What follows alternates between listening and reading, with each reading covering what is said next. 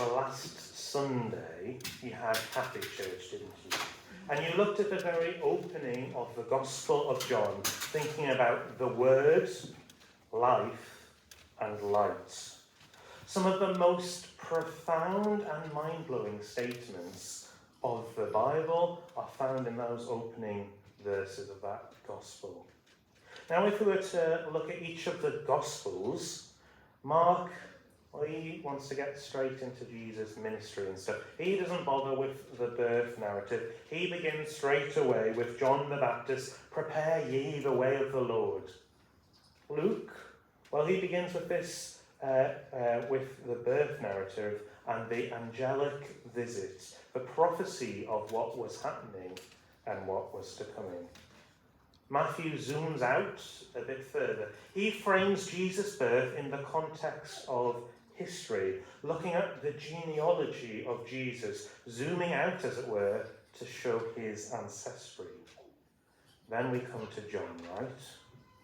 He zooms out so much further on a massive scale. John zooms out to place the birth narrative in a cosmic sense. The one who was before time, who created the universe. In the very beginning, he says, there was the Word. There was Jesus. I believe Faith, Stephen, Carol, you looked at that and helped bring thoughts on it last week.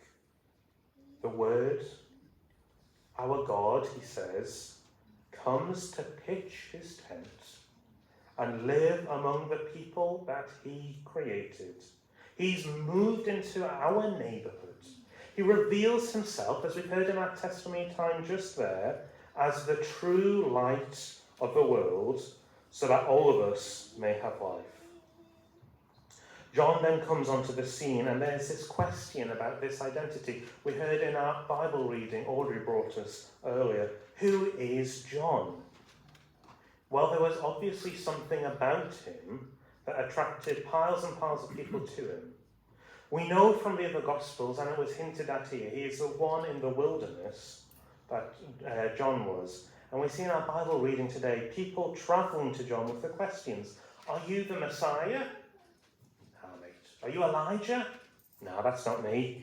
Are you a prophet? John denies each of them. Yet still people come to him. There's something about him that people are drawn to. They see some of the light of God there. And John says, well, I am not the light, but points to the one who is to come. The one we await this Advent time, Jesus. John's goal, his aim, is that everyone would see the light. I wonder, have you ever met or come into an encounter with someone famous? When I was at Wick and Thurso, we went to the Castle of May Games. It was a lovely, nice community event, and it was a surprise of the person to us who came to judge it. It was His Royal Highness, the Duke of Rothesay.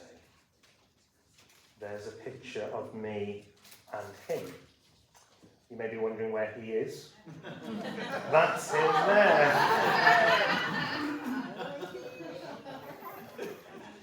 Now, whether you're a royalist or not, there was a sense of, I have just seen the man who one day and is now our king. You know, there was very little security at that event compared to where you may see at Buckingham Palace. Just a couple of bodyguards in tweed suits. This was a guy who drove himself there, who, as I was walking around these Highland Games, passed me several times about this distance and other people around following him. And I came away thinking, I have just seen a prince. Like the monarchy or not, they do play a role in our society. We've seen this surpassed yesterday, was it, with the Stand Up to Cancer and more people going for cancer screening.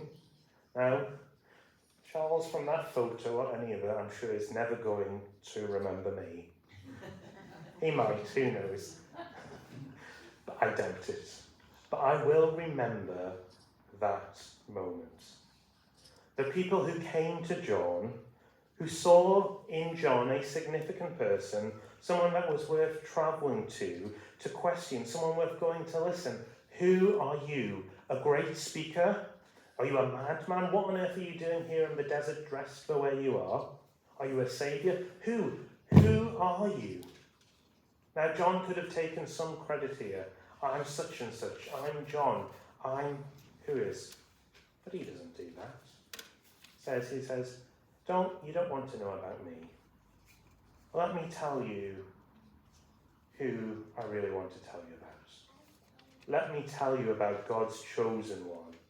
God's given me this task to point the way to the light. It's not about me. It's all about Jesus. He doesn't take any glory for himself. He gives all of the glory back to God. Let me tell you about the true light. Me, I'm just a dim reflection in comparison. You may come thinking there is something about me. Well, let me tell you really what God is doing. I wonder, when was the last time when you talked to someone about Jesus? When someone perhaps noticed you, your gifts, your time, your talents, whatever it was in your ministry, and you took that opportunity to point to God and give the glory to him. I think we heard a bit of that in our time of testimony just there. When was the last time we pointed people to Jesus, the true light of the world? If we're to pick up John's mantle and proclaim the light of life in our communities, we must celebrate the inextinguishable light available to us. I wonder, in this season of Advent, a time which is typically described as one of preparation, what does it mean to be prepared? Maybe preparation today simply means adjusting our eyes to see the light, to see more of the true light with all of the other things that are going on around us. God calls each of us to be witnesses like John, who point at Jesus and go, look at Jesus. Come and see what God has done. Look at who's just moved into our neighbourhood here. Let me tell you what he's doing in my life and what he can do in yours. As we come and make our own response today, we're going to sing Carol 42, In the Bleak Midwinter.